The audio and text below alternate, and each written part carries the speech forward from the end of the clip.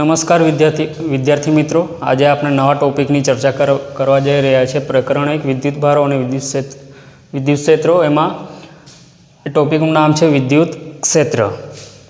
हवे बाकीनुं जे 80% चेप्टर आपणुं बाकी छे एमां आपणे ए आखुं जे चेप्टर छे विद्युत क्षेत्र जे छे एना कॉन्सेप्टनो ज उपयोग करीने आपणे आगळनुं चेप्टर जे छे ए भणवानुं छे। एटले मोस्ट आईएमपी टॉपिक छे। एटले स्टार्ट करीए छीए। आपणे विद्युत क्षेत्र कोने कहेवाय तो कि आपणे धोरण 11 में भणी गया है कि कोई दड़ होय तो ये दड़ जे छे एनी आजूबाजू कंईक असर वर्ताय छे।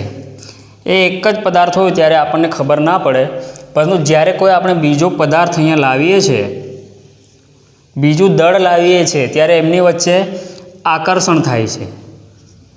एटले कंईक असर प्रवर्ताय छे आ बंने पदार्थो वच्चे। तो जे असर वर्ताई जे छे अहींया एने आपणे कहीए छीए गुरुत्वाकर्षी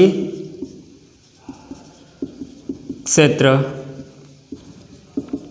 अहींया दड़ छे आपणे धोरण 11 में भणी गया छे कि कोई बे पदार्थो जे छे एम दड़ना बे पदार्थो होय तो एमनी वच्चे आकर्षण बळ लागे छे अने ए बळ केटલું होय छे तो कि F बराबर G m1 m2 upon r²। ज्यां m1 एक पदार्थનું दળ છે, ધારો કે આનું દળ છે m1, આનું દળ લઈએ આપણે m2 અને બંને વચ્ચેનું અંતર, આ બંને વચ્ચેનું અંતર જો r હોય તો એમની વચ્ચે ઉદ્ભવતું ગુરુત્વાકર્ષણ બળ જે છે એ કેટલું હશે? F બરાબર G m1 m2 ભાગ્યા r² અને જે અસર વર્તાય છે એમને આપણે કહીએ છીએ ગુરુત્વાકર્ષી ક્ષેત્ર। તો એ જ રીતે આપણે જોઈએ કે વિદ્યુત ભારો માટે કે કોઈ વિદ્યુત ભાર મૂકેલો છે અવકાશમાં, તો એ વિદ્યુત ભાર જે છે, ધારો કે આ વિદ્યુત ભાર Q છે, તો એની આજુબાજુ પણ આ રીતે ત્રિપરિમાણમાં ચારે બાજુ એક અસર વર્તાય છે। એ અસર અહીંયા પહેલાં ખબર નહીં પડે આપણને, એની અસર દેખાય નહીં, પરંતુ ક્યારે દેખાય કે એ જે અસર જે છે એની આજુબાજુ આપણે કોઈ બિંદુ પાસે બીજો કોઈ વિદ્યુત ભાર ધારો કે Q લઈએ तो एमनी वच्चे आकर्षण थशे कां तो अपाकर्षण थशे। जो आ बंने धन विद्युत भार होय तो एमनी वच्चे शुं थशे? अपाकर्षण थशे। अने जो आ ऋण विद्युत भार होय तो आकर्षण थशे, એટલે એની નજીક આવશે। તો આ જે અસર વર્તાઈ જે છે એમની વચ્ચે એને આપણે કહીએ છીએ વિદ્યુત ક્ષેત્ર કહીએ છીએ। તો આપણે જે બિંદુવત વિદ્યુત ભાર જે છે तो एना विद्युत क्षेत्रनी समजूती आपणे मेळववानी छे। तो सौ प्रथम आपणे स्टार्ट करीए छे कि कोई यामाक्स पद्धति आपणे लईए कि बिंदुवत विद्युत भारनुं विद्युत क्षेत्र केटलुं होय छे आपणे मेळववानुं छे। तो कोई यामाक्स पद्धति आपणे विचारीए, आ एक्स अक्ष लईए आपणे, आ छे वाय अक्ष लईए छे अने आने कहेवाय उगम बिंदु ओ। हवे आ यामाक्स पद्धतिना उगम बिंदु पर कोई विद्युत भार मूकेलो छे Q, जे बिंदुवत छे, एनाथी अमुक अंतरे धारो के लईए आपणे R अंतरे बिंदु P आवेलुं छे। हवे आगळ जोयुं तेम के आ विद्युत भार छे तो एनी आजूबाजू असर हशे कई तो कि विद्युत क्षेत्र हशे। આપણે વિદ્યુત ક્ષેત્ર જે છે એનું મૂલ્ય મેળવવાનું, એનું સૂત્ર મેળવવાનું છે। તો આ વિદ્યુત ભાર એની આજુબાજુ કંઈક અસર વર્તાય છે જેને આપણે કહીએ છીએ વિદ્યુત ક્ષેત્ર કહીએ છીએ। તો કોઈ બિંદુ P પાસે એના જે વિસ્તારમાં કોઈ બિંદુ P આવેલું છે ઉગમ બિંદુથી R અંતરે અથવા તો વિદ્યુત ભાર Q થી R અંતરે બિંદુ P આવેલું છે, ત્યાં આગળ આપણે વિદ્યુત ક્ષેત્રનું મૂલ્ય મેળવવાનું છે। तो શું કરવાનું? તો કે અહીંયા કોઈ બિંદુ P છે ત્યાં આગળ આપણે કોઈ ધન વિદ્યુત ભાર Q મૂકવાનો છે। હવે જો અહીંયા કે બે વિદ્યુત ભાર છે, આ એક ધન વિદ્યુત ભાર ખૂબ જ નાનો છે, આ બીજો વિદ્યુત ભાર Q છે, બંને વચ્ચેનું અંતર કેટલું છે? R છે। તો કુલંબ જે છે, કુલંબના નિયમ પ્રમાણે બંને વચ્ચે લાગતું બળ કઈ રીતે લખી શકીએ છીએ આપણે? તો કે F બરાબર કે કયો વિદ્યુત ભાર Q, પછી આ પ્લસ Q અને બંને વચ્ચેનું અંતર R। तो कि आ बंने विद्युत भारो वच्चेनु अंतर आर है तो बंने विद्युत भारो वच्चे लागतुं कूलम्ब बळ केटलुं थशे F बराबर के क्यू कैपिटल क्यू क्यू भाग्या आर स्क्वेर। तो अहीं 1 कूलम्ब विद्युत भार जे छे धारो कि आ प्लस क्यू जे छे ए केटलो छे 1 कूलम्ब विद्युत भार छे तो एना पर लागता बळने आपणे अहींया शुं कहीशुं कि आ जे प्लस क्यू विद्युत भार लीधो आपणे 1 कूलम्ब छे तो आ 1 कूलम्ब विद्युत भार पर लागता बळने तो अहींया F बराबर शुं थशे के क्यू भाग्या आर स्क्वेर। तो आ 1 कूलम्ब लईए आपणे कि ज्यारे जे बिंदु P पासे मूकेलो विद्युत भार केटलो छे 1 कूलम्ब छे तो ए विद्युत भार पर लागता बळने केटલું આવે છે કે ક્યુ अपॉन आर स्क्वेर જ્યાં ક્યુ बराबर શું થઈ જાય છે 1 કુલમ્બ। તો આ જે બળ જે છે એને આપણે કહીશું કે તે બિંદુ P પાસેનું વિદ્યુત ક્ષેત્ર કોનું તો કે આ જે વિદ્યુત ભાર મૂકેલો છે કેપિટલ ક્યુ એનું બિંદુ P પાસેનું વિદ્યુત ક્ષેત્ર કહીશું। અને આપણે સદિશ સ્વરૂપમાં પણ લખી શકીએ તો કે સદિશ સ્વરૂપમાં લખવું હોય તો F બરાબર કે Q upon R square into कोईपण सदिश आने अपने आर जे अंतर जे छे उगम बिंदु थी बिंदु P नो अपने P नु स्थान सदिश लईए एने सदिश स्वरूपे लखवुं होय तो आ रीते उपर तीर वडे दर्शावीए छीए अने कोईपण सदिश होय एनो पोतानो एकम सदिश होय छे जेने आपणे आ सदिश आर छे तो एनो एकम सदिश आपणे आना वडे दर्शावीशुं आर कैरेट। तो आ बळ जे छे एने आपणे सदिश स्वरूपे लखवुं होय तो अहींया बळनी उपर आपणे तीर मारीए छीए अने अहींया गुणाकारमां आपणे शुं लखीए छीए एकम सदिश तो ज आ सदिश बनशे। तो ए ज रीते विद्युत क्षेत्र जे छे एने आपणे लखवुं होय विद्युत क्षेत्र E बराबर के Q upon R square into R caret. तो विद्यार्थी मित्रों आपणे विद्युत क्षेत्रनी व्याख्या कई रीते बनावी सकीए तो कि कोई तंत्र कोई विद्युत भार कोई एक विद्युत भार हो अथवा विद्युत भारનું तंत्र होय तो एनी आसपास जे असर वर्ताय जे छे कि आ तंत्र छे आखुं एमां कोई एक ज विद्युत भार छे अथवा तो घणा बधा विद्युत भारो छे तो ए तंत्र जे छे एनी आजुबाजु जे असर वर्ताय छे एने आपणे शुं कहीशुं विद्युत क्षेत्र। हवे जो अहींया कि E बराबर शुं छे तो के क्यू अपॉन आर स्क्वेर आ एनुं मूल्य है। अने जो विद्युत सदिश स्वरूप लखवुं होय तो आ विद्युत क्षेत्र E बराबर के Q upon R square into R caret एनुं मूल्य लखवुं होय तो के क्यू अपॉन आर स्क्वेर थशे। हवे जो अहींया कि F बराबर शुं छे के क्यू अपॉन आर स्क्वेर बंने बाजू आपणे प्लस क्यू वडे भागीए तो F भाग्या क्यू बराबर शुं थशे के क्यू अपॉन आर स्क्वेर जे शुं छे तो कि विद्युत क्षेत्र एकम धन विद्युत भार। तो आपणे शुं मळशे E बराबर सदिश में लखुं छुं F अपॉन क्यू। तो खूब ज अगत्यनुं सूत्र है विद्यार्थी मित्रों आना परथी घणा बधा आपणे परीक्षा में MCQ आवे छे। आ सूत्र पण खूब ज अगत्यनुं छे। आ बे सूत्रों जे छे एना परथी भरपूर MCQ पूछाय छे परीक्षा में। तो अहींया जुओ कि आपणे क्यू बराबर शुं लीधुं 1 कूलम्ब तो E बराबर शुं मळशे F मळशे एटले के जो 1 कूलम्ब विद्युत भार पर लागता बळने आपणे शुं कहीए छीए विद्युत क्षेत्र कहीए छीए। 1 कूलम्ब विद्युत भार छे एना पर लागता बळने शुं कहीए छीए विद्युत क्षेत्र। तो बीजी व्याख्या शुं बनशे तो कि कोई तंत्र अथवा तो कोई विद्युत भार द्वारा लखुं छुं कि कोई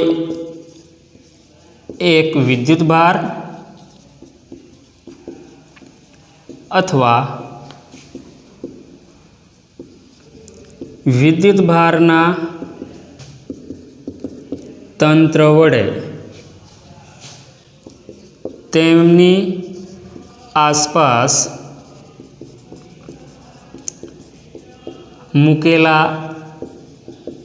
एकम धन विद्युत भार पर लागता विद्युत बळने हूँ कहीशुं ते तंत्रनुं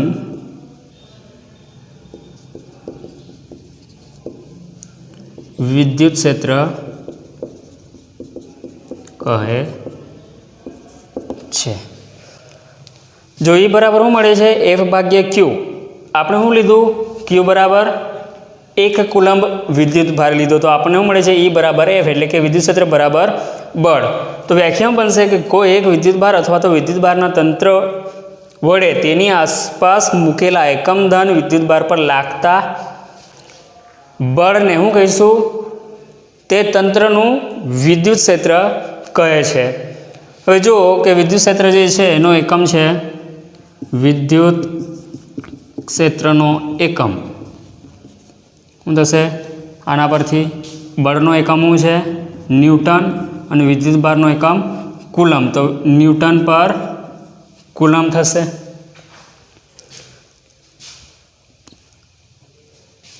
ફરી વાર જોઈ લો કે કોઈ યામાસ પદ્ધતિ, આપણે શું લેવાનું, શું શોધવાનું છે, બિંદુવત વિદ્યુત ભારનું વિદ્યુત ક્ષેત્ર। તો એના માટે કોઈ યામાક્સ પદ્ધતિ આપણે વિચારી લીધી, જેનું ઉગમ બિંદુ O છે ત્યાં આગળ આપણે કોઈ બિંદુવત વિદ્યુત ભાર કેપિટલ Q મૂકેલો છે, તેનાથી R અંતરે બિંદુ P આવેલું છે, તો તે બિંદુ P પાસે આપણે વિદ્યુત ક્ષેત્ર શોધવાનું છે। તો એના માટે આપણે શું કરીએ છીએ કે તે બિંદુ P પાસે આપણે કોઈ વિદ્યુત ભાર મૂકીએ છીએ, એકમ ધન વિદ્યુત ભાર મૂકીએ છીએ। હવે O અને P, અહીંયા OP બરાબર શું છે, તો કે અંતર R છે, બે વિદ્યુત ભારો વચ્ચેનું અંતર R છે, તો એમની વચ્ચે લાગતું બળ કુલંબના નિયમ પ્રમાણે કેટલું થશે, Q ભાગ્યા R²। હવે આપણે અહીંયા શું લીધું કે Q બરાબર 1 કુલંબ લીધું, તો શું થશે, KQ/R², જેને આપણે કહીએ છીએ તે બિંદુ P પાસેનું વિદ્યુત ક્ષેત્ર કહીએ છીએ। એને સદિશ સ્વરૂપમાં લખવું હોય તો બળ આપણે કઈ રીતે લખીએ છીએ, F બરાબર KQ/R² ગુણ્યા R², તો વિદ્યુત ક્ષેત્ર પણ કઈ રીતે લખાશે, E બરાબર KQ/R² ઇન્ટુ R²। હવે જો F બરાબર KQ/R² છે, Q બંને બાજુ આ સમીકરણ છે, બંને બાજુ આપણે Q વડે ભાગીએ તો શું મળે છે, F ભાગ્યા Q બરાબર KQ/R², જેને આપણે શું કહીએ છીએ, વિદ્યુત ક્ષેત્ર E। હવે જો અહીંયા કે E બરાબર હું સદિશ સ્વરૂપે લખું છું, E બરાબર F ભાગ્યા Q। ફરીથી જો આપણે વિદ્યુત ભાર જે લીધો છે એ 1 કુલંબ લેવાનો છે, તો શું મળશે આપણને, E બરાબર F। આના પરથી વ્યાખ્યા બને છે વિદ્યુત ક્ષેત્રની, કોઈ એક વિદ્યુત ભાર અથવા વિદ્યુત ભારના તંત્ર વડે તેની આસપાસ મૂકેલા એકમધન વિદ્યુત ભાર પર લાગતા બળને શું કહીએ છીએ આપણે, તે તંત્રનું વિદ્યુત ક્ષેત્ર કહે છે, જેનો એકમ આ સૂત્ર પરથી શું આવશે, ન્યૂટન પર કુલમ। હવે આગળ આપણે જોઈએ એના જે વિશેષતા જે છે એ જોઈએ। જો વિદ્યાર્થી મિત્રો વિદ્યુત ક્ષેત્રની વિશેષતાઓ આપણે જોઈએ છે, 1 મિનિટ, આપણે બીજી એક વાત કરવાની છે કે વિદ્યુત ક્ષેત્ર જે છે એનો એકમ શું છે,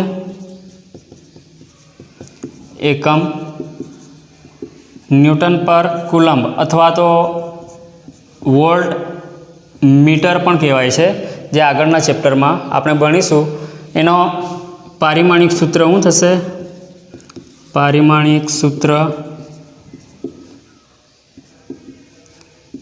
M1L1 T-3 A -1 કઈ રીતના આવે છે, જોજો કે F ભાગ્યા Q। હવે બળનો બીજો એકમ કયો છે, કિલોગ્રામ મીટર પ્રતિ સેકન્ડ સ્ક્વેર, કારણ કે F બરાબર શું આવે છે, M ઇન્ટુ A, M એટલે દળ, એનો એકમ કિલોગ્રામ થશે, અને પ્રવેગનો એકમ મીટર પ્રતિ સેકન્ડ સ્ક્વેર થશે। હવે વિદ્યુત ભાર Q છે એનો એકમ શું છે, કુલમ, પરંતુ આગળ આપણે જોઈશું કે I બરાબર શું આવે, Q/T, તો Q બરાબર શું થશે, I ગુણ્યા T, I એટલે વિદ્યુત પ્રવાહનો એકમ એમ્પિયર છે અને સમય એટલે સેકન્ડ। તો જો અહીંયા કિલોગ્રામ મીટર પ્રતિ સેકન્ડ સ્ક્વેર અને વિદ્યુત ભાર માટે શું આવશે, એમ્પિયર સેકન્ડ। એટલે થશે કિલોગ્રામ મીટર ભાગ્યા એમ્પિયર સેકન્ડ અને સેકન્ડ સ્ક્વેર. હવે દળ માટે આપણે શું લખીએ છીએ પારિમાણિક સૂત્રમાં m⁻⁴ કિલોગ્રામ, પછી મીટર માટે L⁴ એટલે કે L1, પછી છેદમાં એમ્પિયર માટે A1 લખીએ છીએ. S આ 1 છે અને આ 2 એટલે ટોટલ 3 છે. તો સમય માટે શું લખીએ છીએ T⁻3 ઉપર લઈ જાય આ બધું તો શું થશે m1 L1 T⁻3 A-1. તો આ છે વિદ્યુત ક્ષેત્રનું પારિમાણિક સૂત્ર છે. હવે આપણે આગળ જોઈએ વિદ્યુત ક્ષેત્રની વિશેષતાઓ.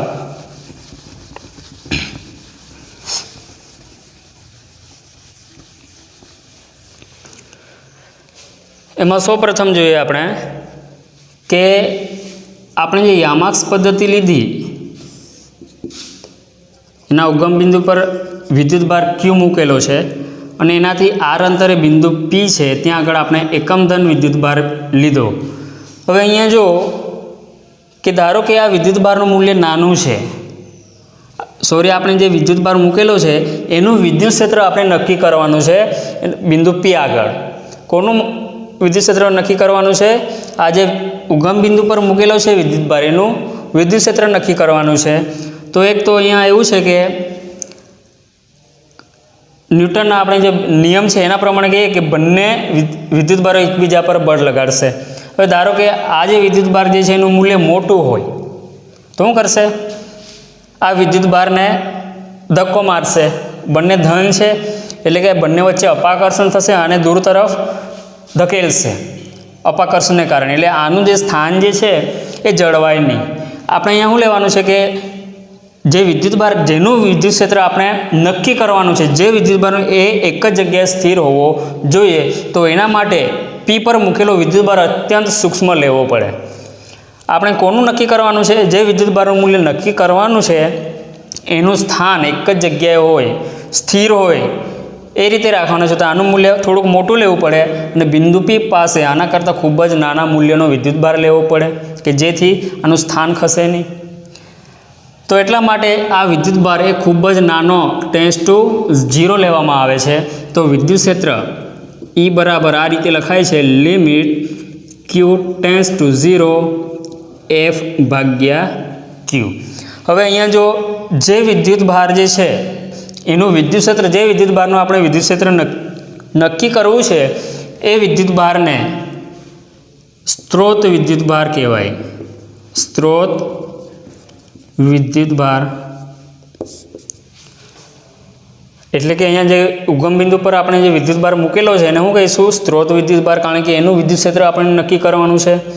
અને જે વિદ્યુતભારની મદદથી આપણે વિદ્યુત ક્ષેત્ર નક્કી કરવું છે એ વિદ્યુતભારને શું કહેવાશે? પરીક્ષણ વિદ્યુતભાર. ફરીવાર કે જે વિદ્યુતભારનું વિદ્યુત ક્ષેત્ર આપણે નક્કી કરવાનું છે, શોધવાનું છે, જેનું મૂલ્ય આપણે બિંદુ P આગળ મેળવવાનું છે એ વિદ્યુતભારને શું કહેવાશે? સ્ત્રોત વિદ્યુતભાર. કારણ કે આના વડે વિદ્યુત ક્ષેત્ર ઉત્પન્ન થાય છે. તો એના માટે એને આપણે શું કહીશું? સ્ત્રોત વિદ્યુતભાર. અને બિંદુ P પાસે મૂકેલા એકમધન વિદ્યુતભારને શું કહીશું? પરીક્ષણ વિદ્યુતભાર કહીશું.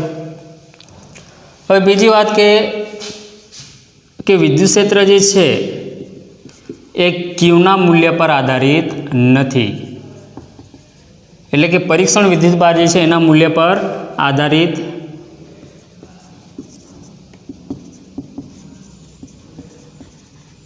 નથી. હવે જો વિદ્યાર્થી મિત્રો અહીંયા આપણે બે સૂત્ર મેળવ્યા આગળ કે E બરાબર KQ/R². અને બીજું કયું? E બરાબર F/Q.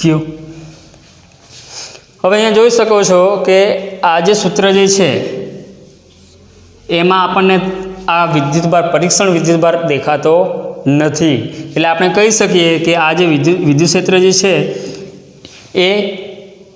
એ પરીક્ષણ વિદ્યુતભારના મૂલ્ય પર આધારિત નથી. પરંતુ અહીંયા જો કે આ સૂત્રમાં Q દેખાય છે આપણને, તો એ પ્રશ્ન ઉદ્ભવે કે આવું કઈ રીતના શક્ય બને કે એક સૂત્ર પરથી આપણે તો કહી શકીએ છીએ કે પરીક્ષણ વિદ્યુતભારના મૂલ્ય પર આધારિત નથી વિદ્યુત ક્ષેત્ર, અને આ બીજું સૂત્ર એવું કહે છે કે ક્યુ પર આધારિત છે. એવું નથી કે જો ક્યુનું મૂલ્ય વધશે તો બળનું મૂલ્ય પણ, કારણ કે એફ ચલે છે, ક્યુ છે. હવે જો આ વિદ્યુતભારનું મૂલ્ય આપણે 2 ગણું કરીએ, 2 કુલમ્બ કરીએ, તો બળ જે છે, નવું બળ જે છે એ પણ 2 ગણું વધી જશે, 2 ગણું વધશે. એટલે કે ધારો કે મેં આ રીતે લખું કે એફ બરાબર કે કેપિટલ ક્યુ ભાગ્યા આર સ્ક્વેર. હવે એ બરાબર એફ ભાગ્યા ક્યુ છે. હવે આપણે ક્યુની જગ્યાએ 2Q લખીએ, એટલે કે ક્યુ એટલે કે 2 ગણો વિદ્યુતભાર કરીએ છીએ ભાગ્યા આર સ્ક્વેર. તો અહીંયા પણ એ જ છે, તો આ પણ 2 ગણો કરવો પડે. 2 કેન્સલ, તો પાછું શું આવશે કે ક્યુ અપોન આર સ્ક્વેર. તો અહીંયા જુઓ કે એફ એ બળ એ વિદ્યુતભારના સમપ્રમાણમાં હોવાથી વિદ્યુત ક્ષેત્ર એ ક્યુના મૂલ્ય પર આધાર રાખતું નથી. હવે બીજી વાત કે બીજી જે અમુક જે એક વિશેષતા છે કે કોઈ ધન વિદ્યુતભાર છે અહીંયા પ્લસ ક્યુ, બરાબર. અહીંયા કોઈ એકમ ધન વિદ્યુતભાર મૂકીએ છીએ પ્લસ ક્યુ નાના મૂલ્યનો, તો શું કરશે, બંને વચ્ચે અપાકર્ષણ લાગશે, આ તરફ લાગશે. ફરીથી આપણે અહીંયા એક વિદ્યુતભાર મૂકીએ છીએ તો અહીંયા પણ અપાકર્ષણ લાગશે. ચારે બાજુ આપણે એક વિદ્યુતભાર મૂકીએ છીએ તો અપાકર્ષણ લાગશે. એ રીતે અહીંયા કોઈ પ્લસ ક્યુ છે, અપાકર્ષણ લાગશે. તો એક જે ધન વિદ્યુતભાર જે છે એ એકમ ધન વિદ્યુતભાર એની આજુબાજુ આપણે મૂકીએ છીએ ચારે ત્રિપરિમાણમાં, શું કરશે, અપાકર્ષણ લાગશે અને દૂર તરફ ધકેલશે. એટલે આપણે કહી શકીએ કે વિદ્યુત ક્ષેત્ર જે છે એ ધન વિદ્યુતભાર માટે ત્રિજ્યાવર્તી દિશામાં બહારની તરફ હોય છે.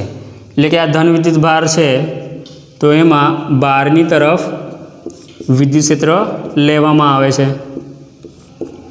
હવે ઘણીવાર આ વિદ્યુત ક્ષેત્ર જે છે એને વિદ્યુત ક્ષેત્રની તીવ્રતા પણ કહે છે. એટલે વિદ્યુત ક્ષેત્રની તીવ્રતા અથવા તો વિદ્યુત ક્ષેત્ર ગમે તે કહી શકાય. આપણે વિદ્યુત ક્ષેત્ર એટલે વિદ્યુત ક્ષેત્રની તીવ્રતા એ પણ કહી શકીએ. તો ધન વિદ્યુતભાર માટે વિદ્યુત ક્ષેત્ર રેખાઓ, વિદ્યુત ક્ષેત્ર કઈ તરફ હોય છે, ત્રિજ્યાવર્તી દિશામાં દૂર તરફ હોય છે, બહારની તરફ. હવે ધારો કે અહીંયા ઋણ વિદ્યુતભાર આપણે મૂકીએ છીએ કે આ ઋણ વિદ્યુતભાર છે, અહીંયા આપણે એકમ ધન વિદ્યુતભાર મૂકીએ છીએ તો શું કરશે, બંને વચ્ચે આકર્ષણ બળ લાગશે એટલે એની તરફ ખેંચશે. ચારે બાજુ આપણે એ રીતે મૂકીએ, ધન વિદ્યુતભાર મૂકીએ તો આ તરફ બળ લાગશે. એ જ રીતે આ બાજુ મૂકવું ધન વિદ્યુતભાર તો એ ઋણ વિદ્યુતભાર આકર્ષણને કારણે એ એના તરફ ખેંચશે ચારે બાજુ. તો ઋણ વિદ્યુતભાર હોય તો એના માટે ક્ષેત્ર રેખાઓ કઈ રીતે દર્શાવીશું કે ત્રિજ્યાવર્તી દિશામાં અંદર તરફ,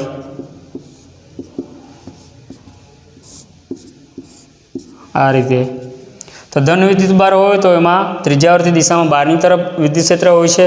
ઋણ વિદ્યુતભાર હોય તો ત્રિજ્યાવર્તી દિશામાં અંદર તરફ વિદ્યુત ક્ષેત્ર હશે. હવે આ જે વિદ્યુત ક્ષેત્ર જે છે વિદ્યુતભારનું વિદ્યુત ક્ષેત્ર એ ગોળીય સમિતિ ધરાવે છે. એનો મતલબ કે કોઈ ગોળો છે એ ગોળાના કેન્દ્ર પર વિદ્યુતભાર છે તો ચારેય બાજુ એનું વિદ્યુત ક્ષેત્ર હશે. એટલે કે ગોળીય સમિતિ દર્શાવે છે. બીજું કે ઈ બરાબર શું છે કે ક્યુ અપોન આર સ્ક્વેર. હવે જો અહીંયા કે અને ક્યુ અચળ છે તો વિદ્યુત ક્ષેત્ર એ શાના પર આધારિત છે, ઈ ચલે છે 1 અપોન આર સ્ક્વેર. એટલે કે અંતર વધશે તેમ વિદ્યુત ક્ષેત્રનું મૂલ્ય ઘટશે. અને અંતર જો ઘટશે એટલે કે નજીકના ક્ષેત્રમાં કે આ વિદ્યુતભાર છે તો એના નજીક અંતરમાં જેમ વધે છે તેમ વિદ્યુત ક્ષેત્રનું મૂલ્ય શું થાય છે, ઘટે છે. અને જો અંતર ઘટશે એટલે કે નજીકના વિસ્તારમાં શું થશે, વિદ્યુત ક્ષેત્રનું મૂલ્ય તીવ્ર હશે.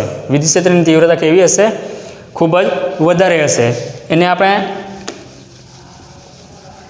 કઈ રીતના દર્શાવી શકીએ કે જો કે ઈ ચલે છે 1 અપોન આર સ્ક્વેર. જો આર વધે તો E ઘટે, અને જો R ઘટે તો E વધશે. હવે આ ધન વિદ્યુત ભાર છે. આપણે જોયું તેમ કે ત્રિજ્યાવર્તી દિશામાં બહારની તરફ વિદ્યુત ક્ષેત્ર હોય છે. હવે ધારો કે R ઘટે છે તો શું થશે? વિદ્યુત ક્ષેત્ર વધશે. એટલે કે નજીકના વિસ્તારમાં વિદ્યુત ક્ષેત્ર કેવું હોય છે? એની તીવ્રતા ખૂબ જ વધારે હોય છે. એટલે આ રીતે દર્શાવાય છે.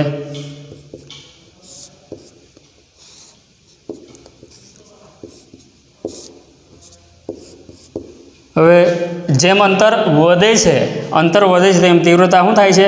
ઘટતી જાય છે. એટલે તીર આપણે નાના કરતા જવાનું છે આ રીતે. એ લાંબા તીરનો મતલબ શું છે? નજીકના વિસ્તારમાં તીર આપણે મોટા દર્શાવીએ એટલે નજીકના વિસ્તારમાં વિદ્યુત ક્ષેત્રની તીવ્રતા કેવી છે? પ્રબળ છે.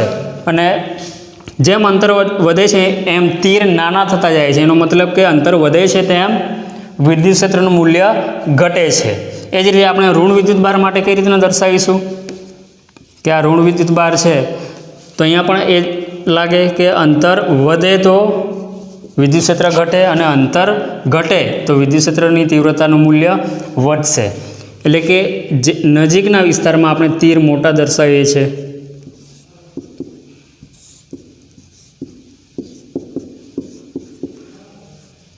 અને જેમ દૂર જઈએ તેમ તીર આપણે નાના દર્શાવીશું.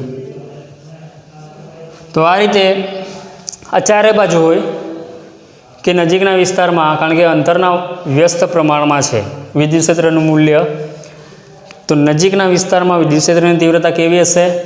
પ્રબળ હશે. જેમ અંતર વધે છે તેમ એની તીવ્રતાનું મૂલ્ય ઘટતું જાય છે.